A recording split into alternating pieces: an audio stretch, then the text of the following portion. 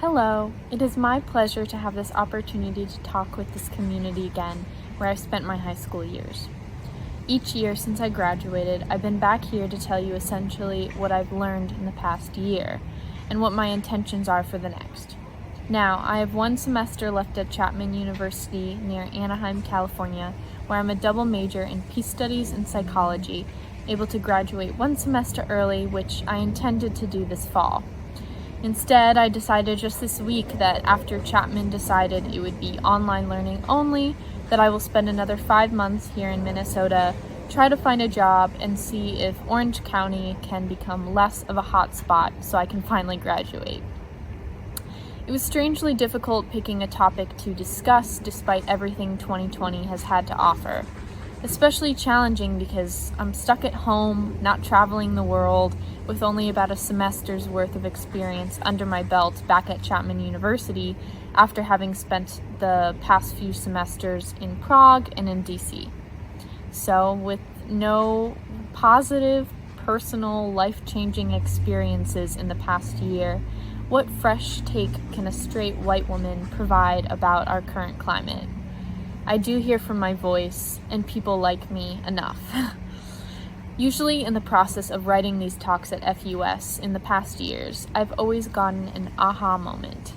This summer, mine was listening to a discussion about the play Angry Black Woman and Well-Intentioned White Woman, thus the title of my talk.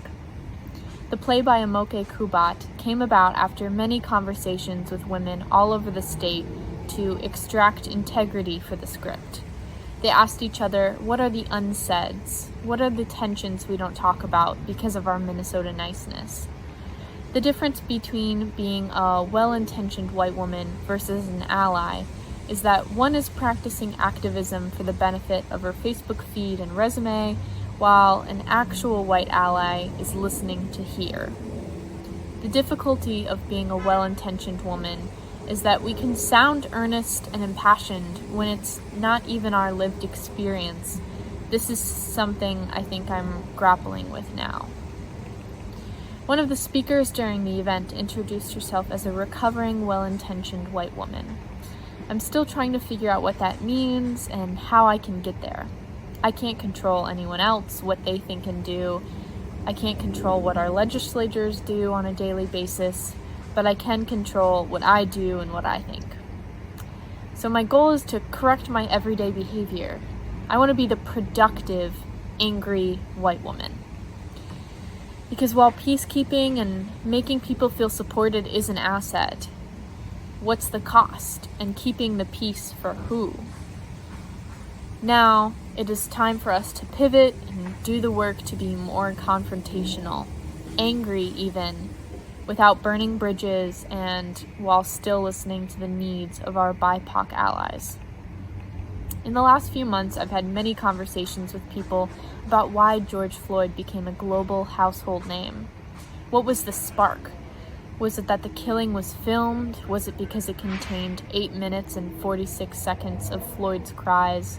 Was it that there were cops standing by doing nothing but censor the public? Or did it help that the police department admitted there was wrongdoing by firing the officers? Was it because everyone in quarantine was bored and students were out of school and there were many adults with no jobs to physically go to? It made me wonder why certain movements catch on, the psychology behind it. Why didn't the Breonna Taylor murder spark this much outcry right away? Why isn't Tony McDade a household name? As cynical as it is to admit, I believe this movement could not have become what it is without COVID. No one would have had as much time and energy to devote if we hadn't spent months in quarantine. I think we were all longing for community again, a sense of purpose. And George Floyd's murder led us to rally together. It's not necessarily a bad thing, it's just tragic that it took another murder of a black unarmed man in our city to get here. These past few months have also left me with a looming sense of existential dread. I felt like a follower, blindly going with the flow, taking things day by day because there's no other way right now. It's a stark contrast to what I'm used to. I'm the type of person who has a sketched out plan of where I'll be and what I'll be doing several months, if not years ahead. This type B approach to life right now is not my speed. An example of what I mean by existential dread. So we have these vast, deep oceans, right? Centuries of pollution contained in these waters.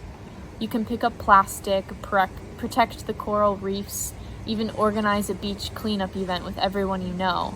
But no matter how much trash you pick up, it's ultimately insignificant. The ocean will still likely have more plastic than fish by 2050.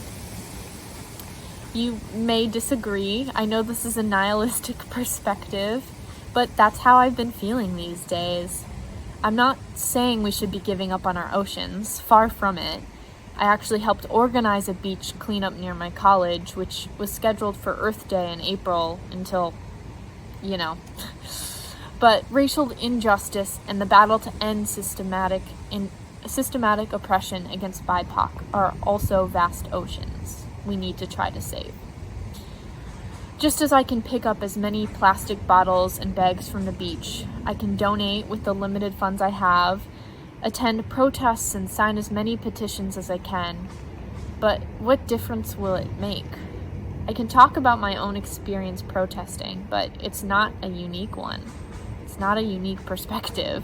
It's not rising up to cure racism. But I still went to several protests, I made signs, I took my brother to his first protest. I was so deeply engaged with the news, and then that young, hopeful energy eventually burned out and I was hit by existential dread. Like I was a follower going through the motions of outrage. I would go through cycles of being angry, then drained and numb. As a person who likes to be in control and to make things happen, what was I accomplishing really? I felt like I was in between two worlds at that point. I had spent a lot of my energy on Instagram, sharing posts from Black artists, racial justice-focused organizations, including lots of graphs and statistics.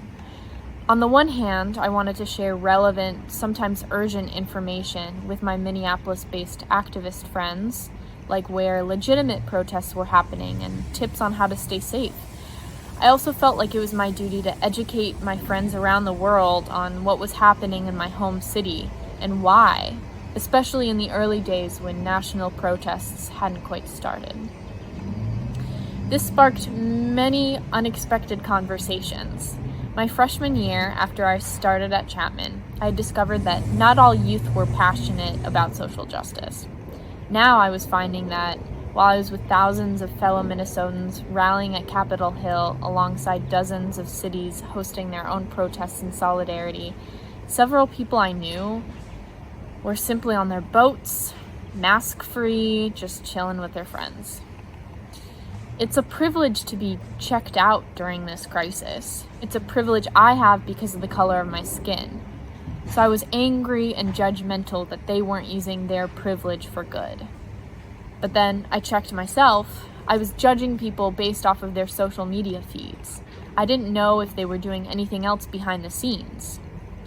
This is when I learned about the ugly truth of virtue signaling. Virtue signaling is the action or practice of publicly expressing opinions or sentiments intended to demonstrate one's good character on a particular issue.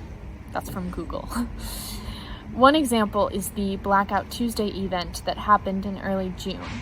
A well-intentioned idea that did nothing to further the cause and even harmed it a bit. This is the same thing that happens to what I'm generally calling Facebook moms. I know one person who drove into the city with a paint can and a paintbrush, painted a flower on a not yet finished mural, had an extensive photo shoot chronicling the process, uploaded it to Facebook about how she was doing her part to secure her future and for her kids' futures. And then drove back to her white suburban neighborhood. I suspect all of us can think of ways we have done something like this in our pasts, maybe not as extreme, but something like it. Yet, it got me thinking perhaps there are positive aspects of virtue signaling. It can bring awareness about an issue to a new crop of people who might otherwise ignore it, like putting a lawn sign up in your yard. I think about the grocery bags of food people were donating in droves in the very first few weeks after the uprising. It was nice to shop in the grocery aisles, looking at the many empty shelves, nodding and smiling at the people in line next to us, with the same cart stocked with tortillas, canned vegetables, and fruit. The cashier told us we were sweet people for donating, and bless our hearts. We felt good touting our grocery bags, dropping it off into a swarm of thousands of bags, knowing that all of us are surrounded by good people. A need for pantry food items was expressed, and hundreds of people came to the call, and the food went to families who needed it. But these grocery trips are also an element of privilege. We get to choose when we help, how we help, and where we help. These good intentions are also part of an easy, immediate fix, a band-aid until another call is put out. And I'm not saying this to shame ourselves for feeling good when we help others. It's in our blood as humanists to help others.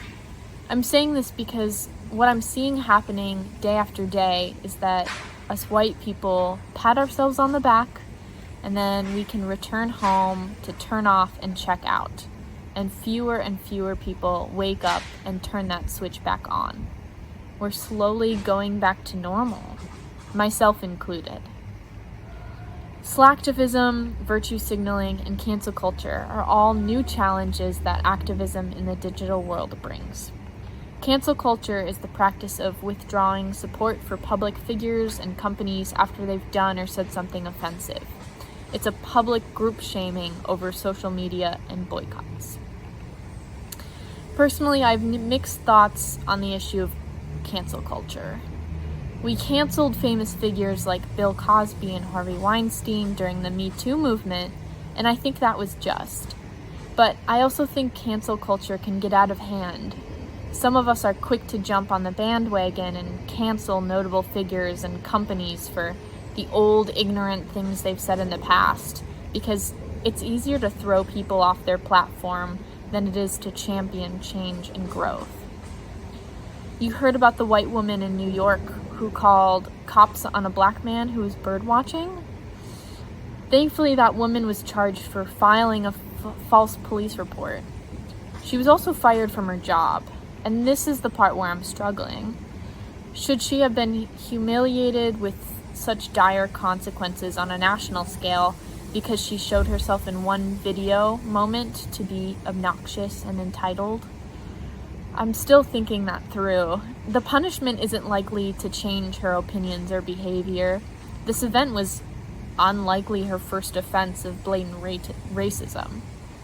It might even harden her racism. It will mean that the next time she acts on her prejudice, it won't be as public. Sort of like the last few decades of racists before the 2016 election. She will simply be more careful. But we also know that we have to force people to be held accountable for their actions if anyone is going to learn and act differently in the future. How comfortable can we be at public humiliation for someone's mistakes? And I'm not including the mistakes of murder in this equation. That's certainly more than a mistake. What if she had been required to take a diversity inclusion course instead of being fined or fired? This is a form of transformative justice that we need to be doing for many people, instead of just discarding them, as we do mostly people of color who are imprisoned. Accountability and transformation, that's an entirely new discussion. In terms of white fragility, I know I don't have to get into it too much, as FUS has made a point to host numerous conversations about the subject, but I want to share a series of tweets by a woman named Allie Henney. She created her own white fragility self-test, in which you ask yourself a series of 16 questions, and here are a few of them. Number 1, do I feel defensive when a person of color says white people? Number 2, do I feel better when I say, hear, or read, it's okay to be white? Number 3, Does being told that something I say, think, do, or otherwise value is racist make me want to shut down, leave, or express my discomfort and displeasure in some way? And finally, 4, do I feel the need to prove that I'm not racist? She also wrote, "White fragility is a hindrance to racial healing because it prevents people of color from being able to engage white people in honest conversation without also having to bear the burden of catering to white people's emotional comfort." So, what options does someone like me have? If I don't have lived experience to share about racism in this country, then what is my role? Maybe it's about bearing witness to how my own community is not as like-minded as we thought. I don't have Trump supporters living next door to me, as far as I know, but many of my neighbors aren't Bernie bros or in favor of defunding the police. They're people that want life to return to normal, their normal. My newest pastime has been browsing the community connecting website Nextdoor. I'd initially joined for safety reasons. I live in Uptown and wanted to be aware of the supposed neo-Nazis and Antifa burning down my largely white neighborhood. Pre-COVID, Nextdoor was a website that connected you to your neighbors, used to sell that table you've had in your garage since 2008, or questions about what to bring to the block party, or has anyone seen Muffin, the lost cat? Now I think it's actually building negative effects on what neighbors think of each other. If there was a year to make National Night Out mandatory to try to build our relationships in person, this would be the year. During the time we had nightly curfews, neighborhood watch parties were abundant around the city. And as you know, these aren't the fun watch parties where people get together to watch the Oscars, but it was people sitting on their porch, reporting suspicious people and cars in their neighborhoods. Nextdoor seemed to devolve into complaint central, including objections to the homeless encampments, the fireworks at night, and the noisy drag racing, and not the fun kind with RuPaul. Many people were angrily looking for ways and reasons why crime is up because we defunded the police, which hasn't actually happened yet. And based on my faith in politics right now, police aren't going to be defunded for another 10 years. It's partly all a product of being cooped up because of the pandemic, too. We're all so more hyper-aware of every noise and strange sight than we used to be. I know I am. And I do understand the paranoia and the anger. We were all afraid, especially with the amount of misinformation going around. I think there is a time and a place to be angry. This is the time, but the ugly back and forth on Nextdoor and social media does not seem to be the right place or the right platform. Instead of being angry with each other, we should be angry at the system and the people that reinforce that system. We should be angry that our money is being spent on cops who are breaking up and dispersing homeless encampments instead of investing in affordable homes. Before COVID-19, there were at least 11,000 unsheltered people in the state. Why is building tiny homes and units tending to fall to independent groups and donors? Aren't taxes supposed to keep everybody safe, not just the members of our community who have homes with foundations? So, what can I do? I've been talking a lot about what not to do, which even I get tired of, so I will go back to my original concern. What can one individual, a hopeful, recovering, well-intentioned white woman like myself, do?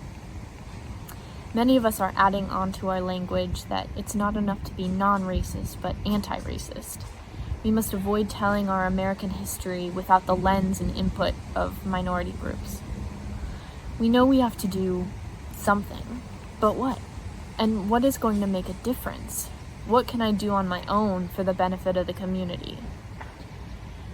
There's no great answer, of course. It's more like a series of connected solutions and policies we have to sincerely support and also elect into office. Now that I'm not going back to Chapman this fall, after all, I have some time to find work to apply myself to some of this task. How can I be a well-intentioned white woman in recovery? Last year, when I spoke at FUS, I said, I believe everyone's beliefs come from what we've been taught and exposed to. Can we blame others for what they do and do not know? Can we blame ourselves for what we don't know? I believe we can only assign blame when someone isn't actively seeking out more information to educate themselves. And this still remains true, but with the benefit of hindsight, I can see now that all of us are lazy, even when we don't think we are. The past few months have made me realize how inadequate my anti-racism was and how much weight BIPOC have been carrying. Do I know the microaggressions I put out there every day? Can I start to not let slide the snarky comment of an old friend? Can we do this 365 days a year? Because people of color live with this reality every day.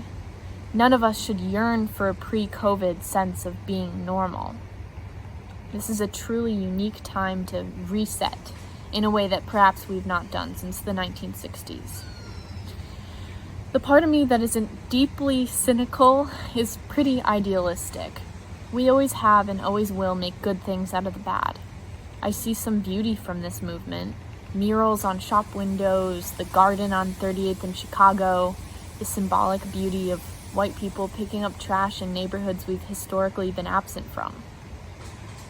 Earlier I was talking about what led to the spark. Why did George Floyd's murder lead to so much inspirational action?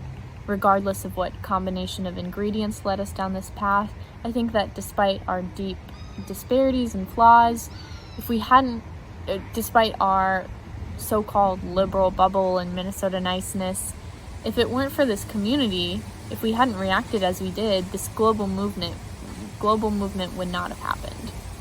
The policy changes, the numbers of BIPOC running for office, deeper conversations between government leaders, activists, philanthropists, and the community at large, none of it would have happened without this movement and place in time we are in. As for my own short-term activism plans, I'm surprisingly saddened I cannot return to Chapman in the near future. This past year, I finally felt like I was getting things done and connecting to my Chapman community, but I'm trying to remain active from afar. Over the next few months, I'm trying to find an organization in Minneapolis where I can be a paid intern. If you have suggestions, I welcome hearing them.